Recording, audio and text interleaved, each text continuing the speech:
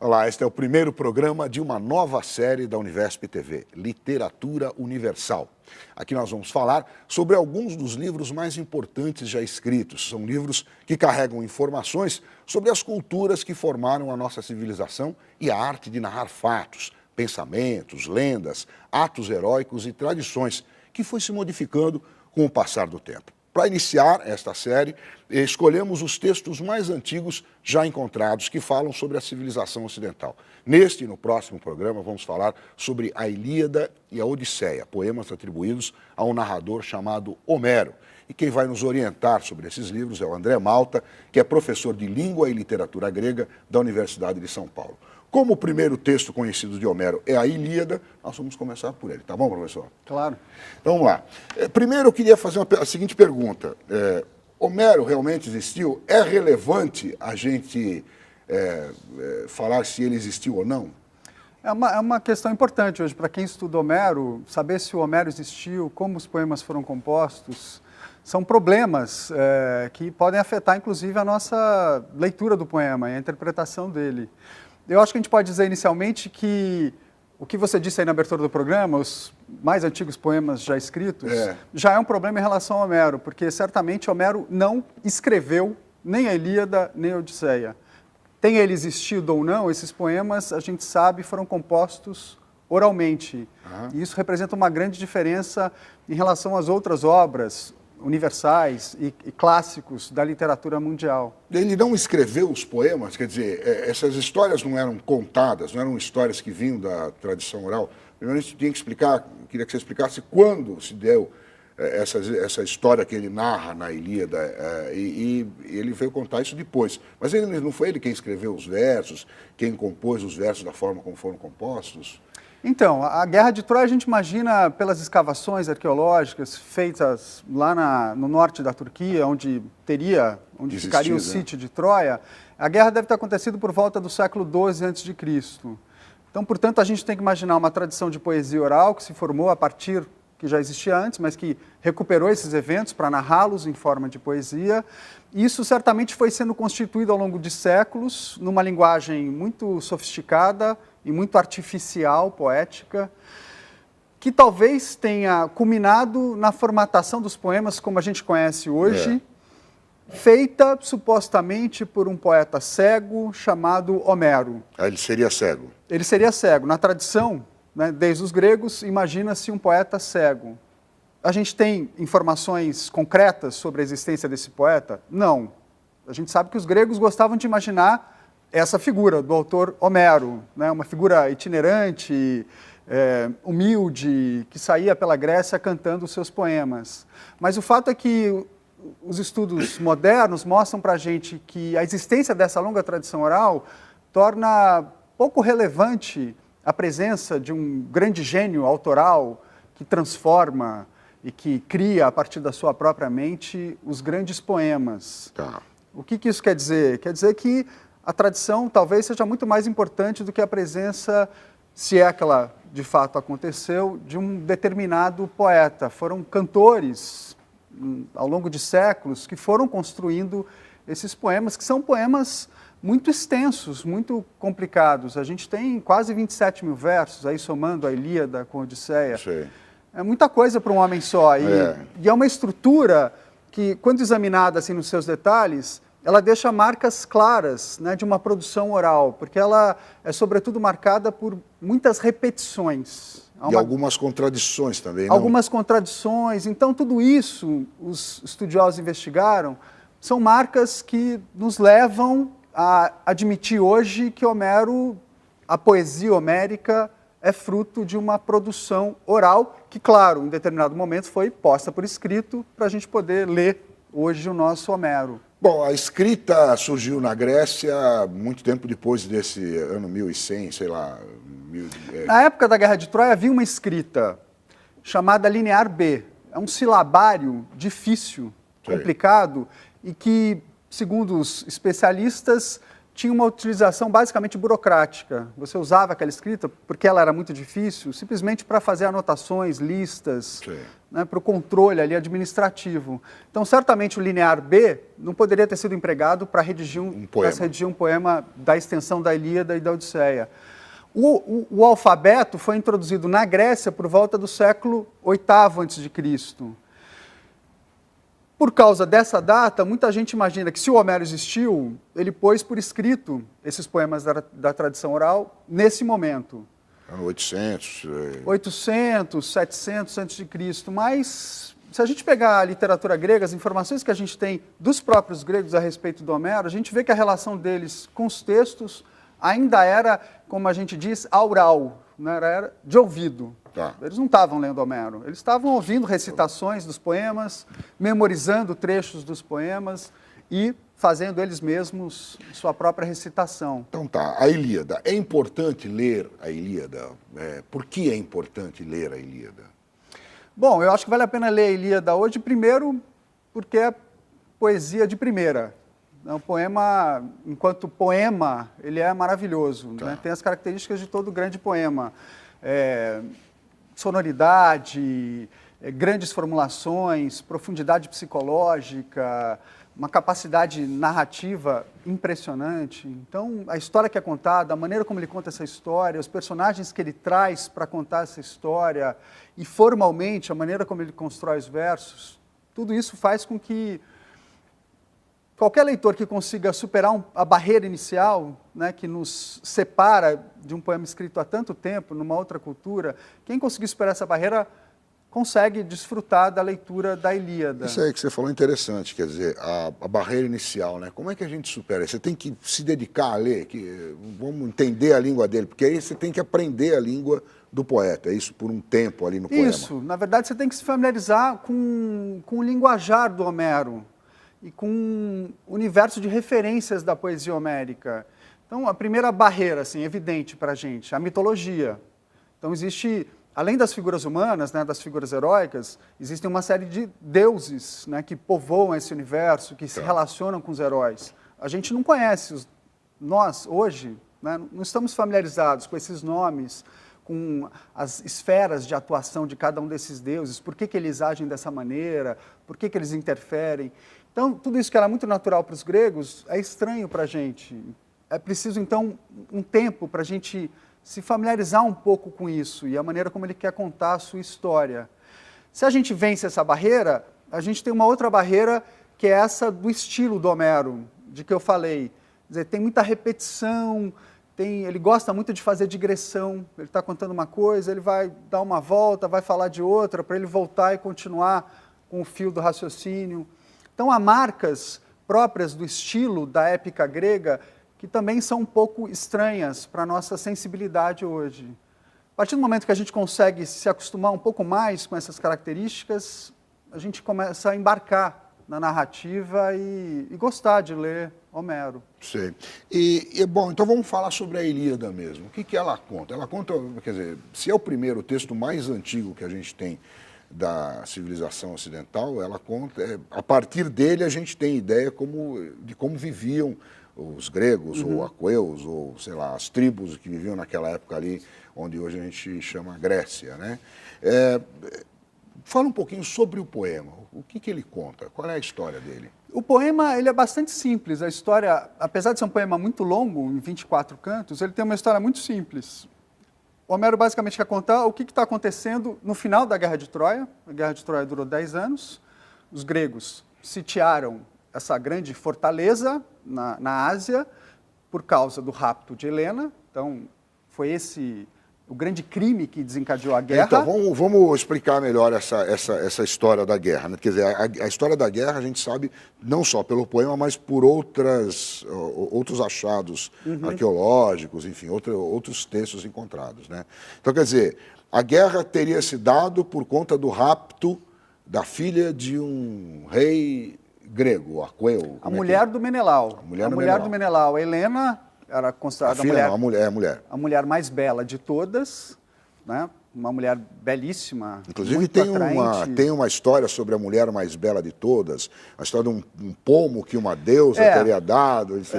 Esse seria o acontecimento imediatamente anterior ao rapto. O Paris, que é o jovem troiano. Né, o irmão do Heitor, o filho do Príamo, o Paris teve que, num determinado momento, fazer uma escolha entre 3 divindades. Hera, Atena e Afrodite. Qual que era a mais bela? Tá. Ele acabou escolhendo Afrodite. O que representa a escolha da Afrodite? Afrodite é a deusa do desejo sexual. Significa que a vida do Paris vai ser marcada pelo desejo sexual. Então, com base nessa inclinação que ele tinha, por isso, ele acaba levando embora essa mulher extremamente atraente, que era a Helena, no momento em que ele está sendo hospedado pelo Menelau, esposo da Helena. Eles foram fazer uma visita para o Menelau. Ele foi fazer uma visita para o Menelau, ficou na casa do Menelau e acabou levando a mulher do Menelau embora. Então, isso, no universo grego, isso em qualquer universo, mas no grego, sobretudo. Não sei tão longe. Né? Isso justificava uma guerra de 10 anos e a morte de milhares de homens. Então, quando começa a Ilíada, isso tudo está lá atrás. Já rolou, já aconteceu. O Homero não vai começar falando disso. Ele narra o finalzinho da guerra. Ele narra menos de 2 meses no final da guerra, no último ano da guerra. Então, o poema já começa aí. Essa é uma grande sacada do poema. Ele perceber, o Aristóteles na Poética, ele elogia muito Homero, porque ele diz que Homero não quis contar toda a história da Guerra de Troia. Ele poderia ter contado desde o julgamento de Paris, ou do rapto de Helena, até a destruição de Troia. Mas o que ele faz? Ele deixa a destruição para lá, a gente não vai saber como é que Troia é conquistada, ele deixa o rapto para lá. Ele não conta o fim da história. Ele não conta. Ele simplesmente pega uma briga entre o Aquiles e o Agamemnon. Aquiles era o principal guerreiro grego, o Agamemnon era o chefe do exército. Ele pega uma briga dos dois por causa de mulher. A partir dessa briga, ele vai contar as desgraças que acometeram o exército grego e termina a história falando disso.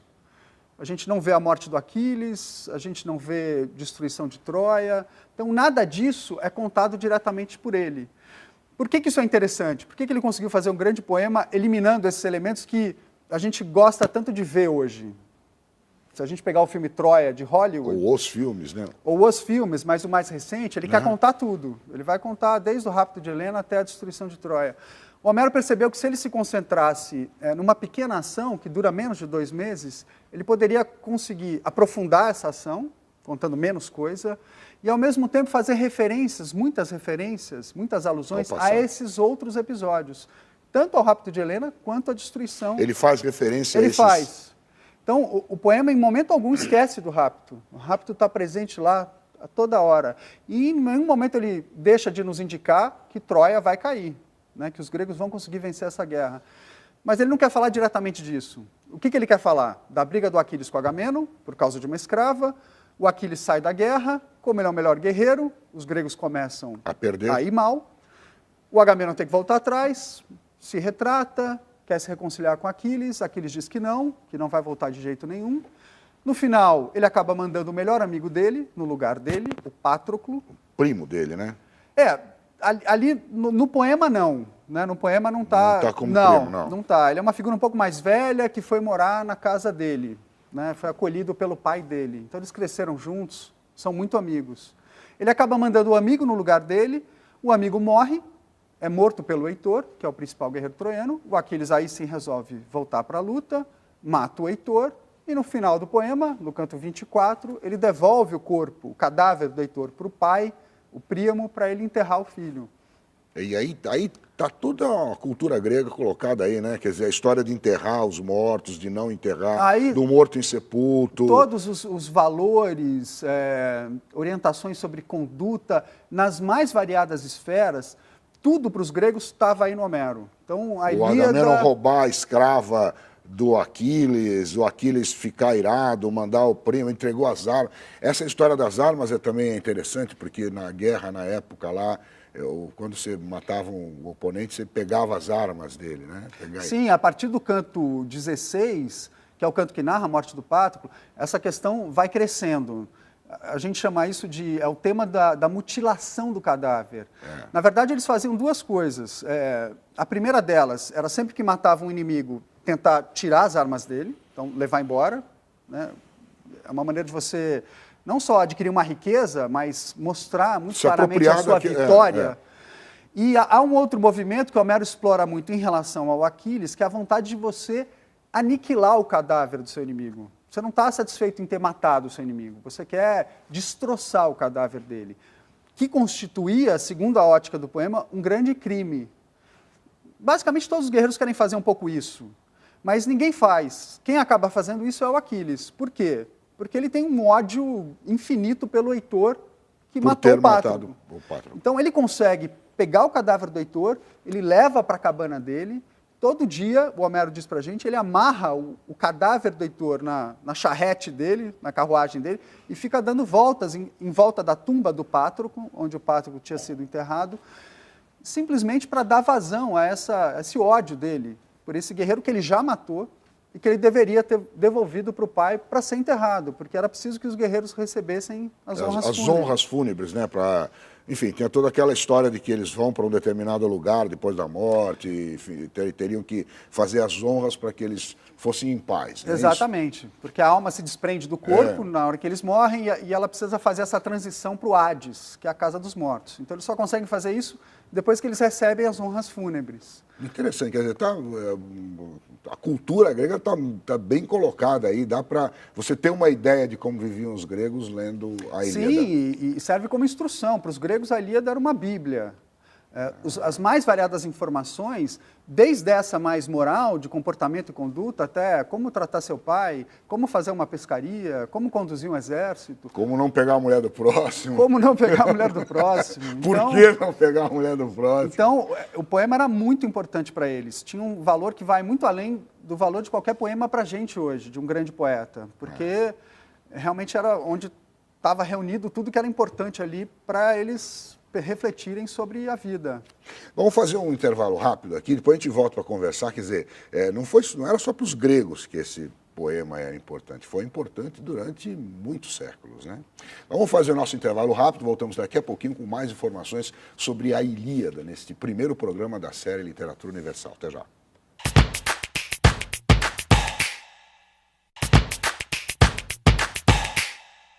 O programa Literatura Universal está de volta. Hoje estamos estudando o primeiro texto conhecido da literatura, da cultura ocidental, a Ilíada de Homero. Quem está nos conduzindo por esse estudo é o André Malta, da Universidade de São Paulo, da Faculdade de Filosofia, Letras e Ciências Humanas.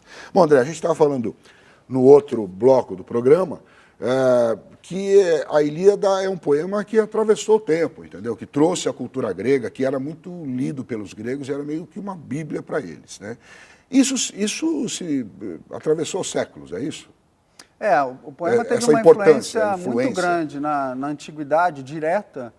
Se a gente lê uma epopeia como a Eneida, do Virgílio, que foi composta 7 séculos depois da poesia homérica, a gente vê que lá na Eneida, o que o Virgílio está tentando fazer? Uma fusão da Ilíada com a Odisseia. Ele está contando uma história que é muito claramente, para quem conhece a poesia homérica e está lendo o Virgílio, uma fusão, né? Uma tentativa de imitar, recriar, reelaborar os elementos que estão lá presentes na poesia homérica. Então, o Enéas, que é o herói principal da Eneida, é uma mistura de um Aquiles, da Ilíada, com um Odisseu da Odisseia. Só para dar uma informação, o Virgílio era um poeta romano, é isso? O Virgílio era um poeta romano, escrevendo em latim. Queria contar as proezas heróicas de Roma, né? Sim, é um poema totalmente marcado pela ideologia do Império, né, do Augusto. Então ele queria propagar, louvar a grandeza desse Império. É uma situação, é um contexto cultural, político totalmente diferente. Mas qual que é a característica dessa literatura produzida em Roma nesse período? Ela é totalmente influenciada pela literatura grega. Então, os autores... Se a gente pensar, né, que o poema do Homero sobreviveu 700 anos, que você está falando, né, até chegar em Roma e ele ser lido em Roma e falar, olha como os gregos eram ótimos, tal. E os romanos parece que se achavam descendentes dos troianos, né? Na verdade... E aí isso deve ter... Ele causava, ou seja, ele era importante por ter sobrevivido tanto tempo. Então, queriam que as histórias romanas sobrevivessem por tanto tempo quanto as de Homero, né? O Virgílio ele se aproveitou de uma informação que está presente na Ilíada, de que o Enéas é um personagem na Ilíada, ele é um guerreiro que luta do lado troiano. Ele se aproveitou de uma informação ali de que é evidente, está clara, explícita no poema, de que ele sobreviveria e daria continuidade à raça troiana. Ele pegou essa história e, através dessa permanência do Enéas, ele mostrou como a poesia dele também era uma continuação da poesia homérica. Ele amarrou Roma, a poesia... Então, ele fez uma ligação, com base nessa visão de que Homero representava um modelo de poesia que deveria ser seguido, ele conseguiu dar uma estatura e uma importância também à própria literatura dele, né, colocando-a como um fruto ou uma continuação dessa literatura homérica, escrevendo com o mesmo metro, né, do Homero, usando as figuras dos deuses, explorando a mesma... Só transformando os deuses gregos para deuses latinos. Exatamente. Então, o parentesco é evidente ali para quem está lendo o poema, né? Você perde muito da leitura da Eneida se você não conhece a poesia homérica, por causa das referências e da vontade dele de dialogar diretamente com o Homero. Mas aí, então ele misturou a Ilíada e a Odisseia, ele que misturou a gente vai os dois estudar poemas. daqui a pouquinho. Ele misturou os dois poemas.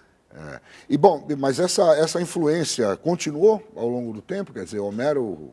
Ela continuou, ela diminuiu um pouco na Idade Média, né? Os autores clássicos foram colocados um pouco para escanteio. Ela voltou com o Renascimento, os autores clássicos começaram a ser traduzidos para as línguas modernas, e desde então é sempre uma referência importante. Eu acho que, se a gente pensar hoje no que é importante para a gente, como é que a gente deve ler esses poemas, o que eles trazem de interessante em pleno século XXI.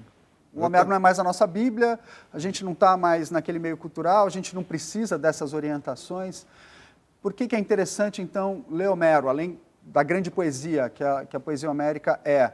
Eu acho que são duas questões principais. A primeira é a importância, digamos assim, do caráter trágico da Ilíada, falando especificamente da Ilíada. Tá. O que significa o caráter trágico da Ilíada? Que era tão forte já para o Homero, e eu acho que continua muito presente para a gente hoje. O caráter trágico é basicamente a nossa investigação sobre a figura do Aquiles. Quem que é esse Aquiles nessa história da Ilíada?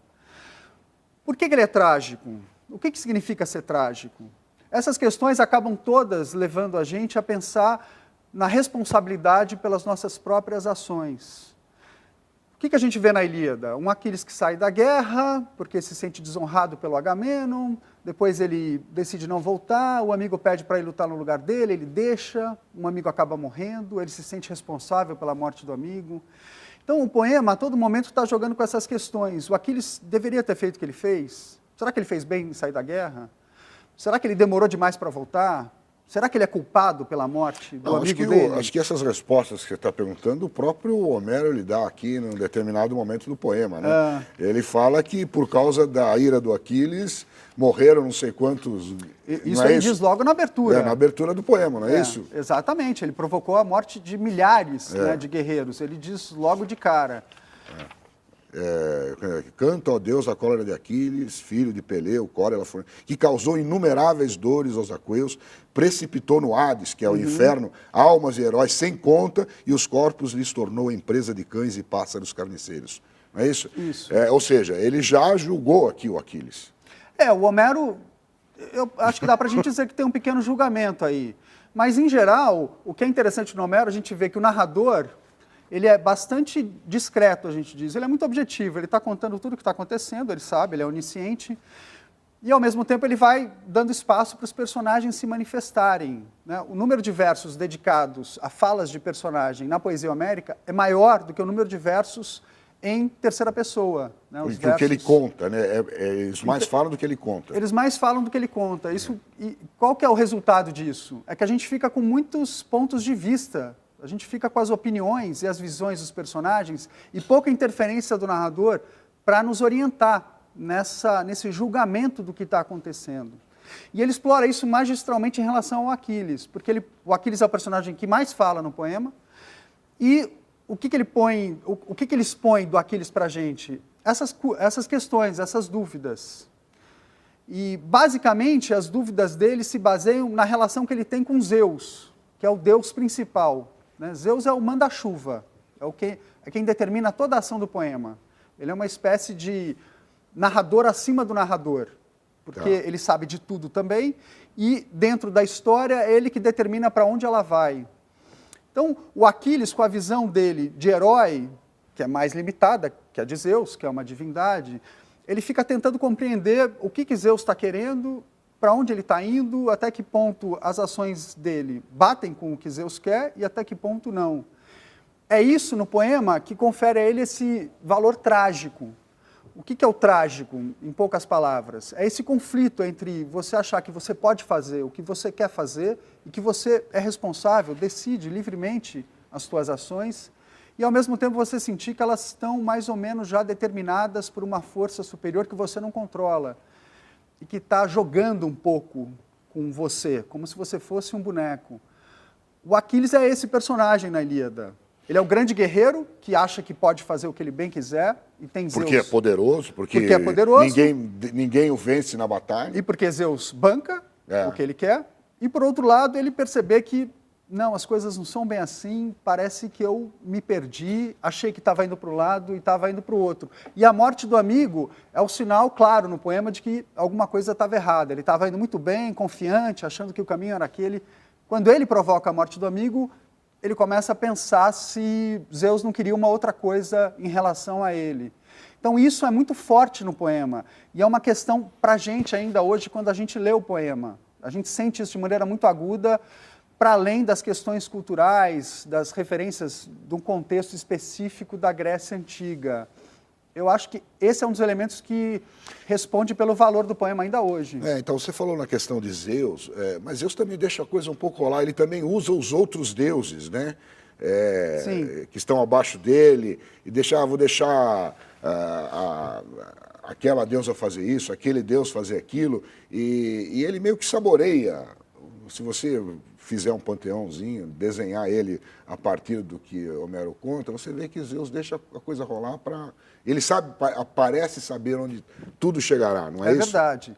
Tem o que a gente chama de maquinário divino. Quer dizer, Homero está trabalhando com um plano, que é o plano terrestre, onde agem os heróis na guerra. Depois tem um outro plano, que é esse plano divino povoado de inúmeros e variados deuses. Então, eles estão interagindo a todo momento, esses dois planos, dos deuses e dos heróis. E os deuses também tomam partido. Então, há deuses pró-troianos e há deuses pró-gregos. Zeus deixa rolar. Ele deixa os deuses agirem, tentarem favorecer um herói, outro herói. Mas, no final das contas, ele sempre interfere. Né? Quando ele acha que a coisa está saindo do seu controle, ele interfere, dá ordem para os deuses, dizendo que tem que ser desse jeito, eu quero que seja assim, assim é justo. Então, por isso que ele é um personagem tão importante na narrativa, e por isso que é importante a gente pensar a atuação do protagonista, que é o Aquiles, em função dessa vontade de Zeus, que está aí na abertura do poema. Né? Nesses primeiros versos, ele fala que a vontade de Zeus estava sendo cumprida nessa batalha. Ou seja, para os gregos o poema era a vontade de Zeus. Mas o que é instigante na Ilíada é que a gente não sabe qual era a vontade de Zeus. Ou como é que Zeus construiu essa ação. Isso é um grande ponto de interrogação na nossa leitura. Isso enriquece muito a Ilíada. Quer dizer, ali o que ele está colocando é a moral da época, né? Exatamente. É uma lição de moral para quem vivia naquela época, tá certo? Não é isso? Exatamente. Falou, é um código de comportamento. Aqui eles iam buscar como se comportar, o que era moral, o que não era, o que não era moral, o que é bom, o que é justo, o que não é justo. Assim, pelo comportamento de Zeus. Às vezes a gente quer uma coisa que acha justa e no fim aquele ato que você tomou vai resultar numa coisa injusta. Né? A cólera do Aquiles, que aparentemente era justa, resulta na morte de um monte de gente, que é uma injustiça. Tá certo? Exatamente. Não é isso? Isso. Eu acho que é isso. Com certeza o poema é isso. E ele está pensando a todo momento a respeito disso. O mais interessante é, no final das contas, ele nunca se reduzia a uma visão simplesmente moralista. Ou seja, não há bem e mal no poema. Os gregos não são os bonzinhos e os troianos não são os vilões. Todo mundo faz maldade ali. Todo mundo faz coisas boas e más. Não há um julgamento direto da parte do narrador. O narrador não está, olha, isso aqui está errado. Ele não fica recriminando, nem elogiando os personagens. Então, a riqueza do poema decorre, em grande parte, disso. As coisas ficam um pouco em aberto ali, em suspenso. Você sabe que há um elemento moral muito forte, mas você não consegue bater o martelo e falar, ó, o Homero diz que isso é errado. O Homero diz que isso. Então, isso é bonito no poema e... Bom, agora tem uma questão que é a seguinte, qual poema ler? Porque a gente tem muita tradução, né? Quer dizer, quem não lê em grego, né? Quem tem a barreira do idioma grego, vai ler como? Você trouxe algum material que a gente pudesse indicar para as pessoas? Eu trouxe essa publicação mais recente aqui no Brasil, que é a tradução portuguesa do Frederico Lourenço, é um helenista lá de Portugal, que saiu pela coleção Penguin Companhia das Letras. Penguin Companhia das Letras. Agora, em fevereiro. Acabou de sair. Então, vamos dar uma olhadinha aqui. Ele está em versos? É uma tradução em verso livre. Vamos ver. Bastante... Tem uma introdução bastante grande. Tem uma ótima introdução, tem glossário, tem os mapas. Tem mapas. Mostra como é que era a época homérica. Né? Qual é a Grécia que ele narra, não é isso? Isso, para você se situar um pouco nas localidades. O mapa é importante na Ilíada, mais importante ainda na Odisseia, quando porque ele fala ele das viagens. Muito, mas a gente vai falar isso no próximo programa. Então, e aí ele tem uma tradução livre, porque teve muita gente que tentou fazer versos, não os versos do tempo de Homero, mas versos assim com uma métrica, né? Que Homero fez versos lá da época dos gregos, né? O Homero escrevia em hexâmetros, é o nome do metro do Homero. 14, 16, não é isso? Sílabas. E teve muita gente que tentou traduzir para versos alexandrinos, outro tipo de versos. E aí você mutila um pouco o poema, né? A tradução em verso, ela tem o mérito de tentar recuperar o aspecto poético, sonoro, que é muito presente na poesia homérica. Essa tradução é uma tradução em verso, mas ela não é metrificada. Então, o que ela consegue, deixando de lado o metro? Ela consegue maior clareza, maior fluência. Então, você lê quase como se fosse prosa. Entendi. E é bom, porque o Homero tem um elemento narrativo, né, muito evidente. Ele está contando uma história com vários acontecimentos. Então, existe uma fluência que a prosa, ou uma tradução em verso livre próxima da prosa, consegue recuperar. Por outro lado, as traduções em verso, que são muito boas, e a gente tem uma tradição que vem desde o Odorico Mendes, pelo menos lá no século XIX, elas são mais difíceis, mais elaboradas, mais intrincadas, mas tem a vantagem de tentar recuperar o aspecto propriamente poético do Homero, né, do grande criador. Eu acho que para quem está iniciando uma leitura da poesia homérica, tá, se aventurando pela primeira vez nesse universo, é bom pegar uma tradução em prosa ou uma tradução como essa, em verso livre, que é bastante... Uma tradução em prosa como essa que eu tenho aqui, que geralmente é feita a partir de outra língua, né? Essa que eu tenho aqui é uma tradução, é um livro bastante antigo, cuja tradução vem do francês. Isso, é uma tradução do Otávio Mendes Cajado, Exato. Em prosa, excelente, porque é feita a partir de uma excelente tradução francesa, do grego. Eu li um pouco da Ilíada, né? Mas é bastante interessante, quer dizer. Então, quer dizer, é melhor para quem está começando. Aí depois, se quiser seguir estudando o poema, vai lá e pega aquelas traduções mais poéticas mesmo, que isso, buscam a rima. A gente tem poéticas, a gente tem a tradução do Odorico Mendes, do século XIX, que é bem difícil. A gente tem, no século XX, a tradução do Carlos Alberto Nunes. Tá. Todos traduziram os 2 poemas. E a gente tem, do final do século XX e agora começo do século XXI, a tradução da Ilíada do Haroldo de Campos e a tradução da Odisseia do Trajano Vieira, que é professor de grego lá na Unicamp. Então, as duas no mesmo espírito, da recriação poética, dos moldes. Da busca da métrica, do ritmo das frases. Com metro, com muitas ousadias. Então, são traduções bonitas, mas eu diria que para quem já está mais familiarizado com o universo do Homero e quer desfrutar um pouco do caráter propriamente poético. Bom, professor, muito obrigado pela sua aula aqui de Ilíada. Obrigado mas eu vou pedir para você falar um pouquinho sobre Homero no nosso próximo programa. Com prazer. Voltar aqui e falar mais sobre Homero e falar sobre a Odisseia, a viagem do Ulisses, ou Odisseu, né? Então, Então vamos lá, vamos terminar o nosso programa de hoje. Nosso primeiro programa da série Literatura Universal termina aqui, e no próximo nós vamos falar sobre o outro texto de Homero que relata o pensamento das pessoas que viveram aproximadamente 1100, 1200 anos antes de Cristo, a Odisseia, a viagem de Ulisses, ou Odisseu, depois do final da Guerra de Troia, que a gente conversou aqui. As aventuras que ele viveu por 10 anos, perdido no mar, buscando o caminho de casa. Até lá, então.